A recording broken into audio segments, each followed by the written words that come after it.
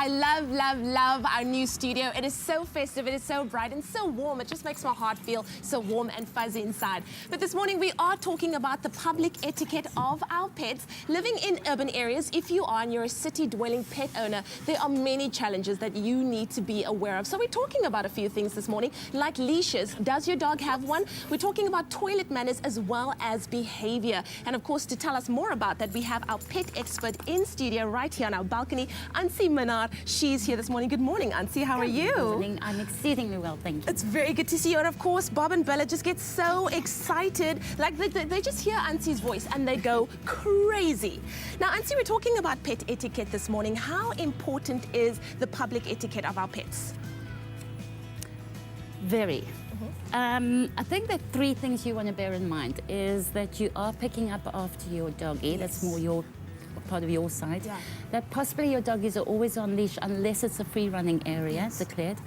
And thirdly, that your dog doesn't present any form of danger or nuisance factor to the public. Yes. I think those are the three things to consider.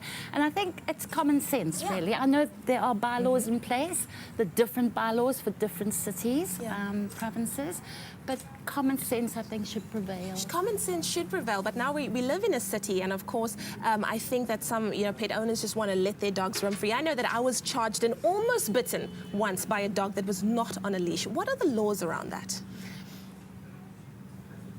If your dog in a public place, if your dog in any way causes damage to another dog, a person or property, you are liable to a fine or in fact court.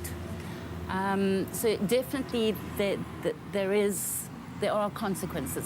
However, if, for example, your dog is not on a leash and the offending dog is on a leash and your doggy has gone up to check on the not so happy one, the leashed, and gets bitten consequently, you don't have any recourse there at all, because the law in that specific area said dogs on leash.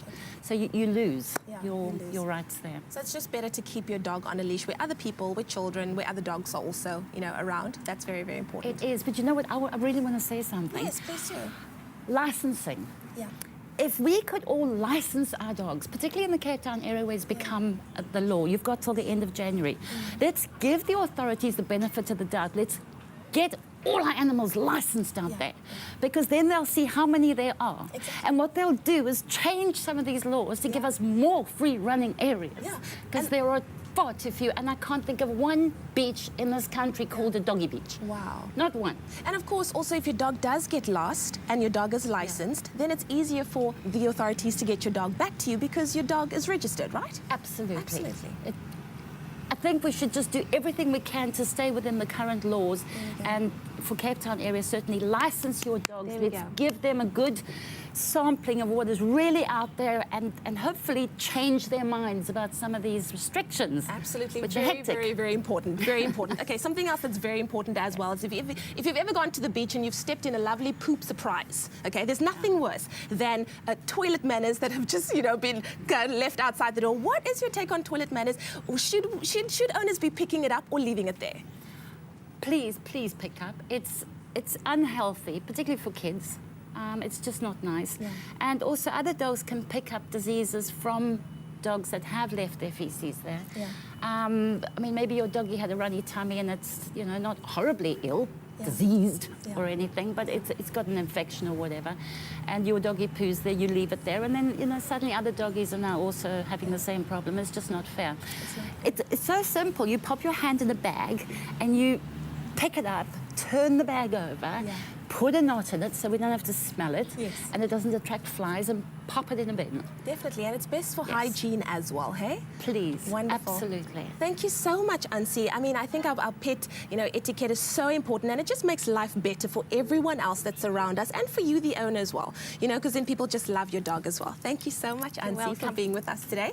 And look at them, they're tired, they're finished. Ansie's just made them so tired with the playing. So the SPCA has kind of exceeded their total total amount of 50,000 tons, or rather 50 tons of dog food that they wanted to donate to the SPCA. They have collected 68 tons of dog food. You have been a part of that. If you would like to continue to contribute to Bobtail's campaign, you can go to bobtail.co.za. There's one more week left to do that. 68 tons of dog food going to the SPCA. I think that's absolutely amazing. It's time for an ad break. We'll be right back after the break.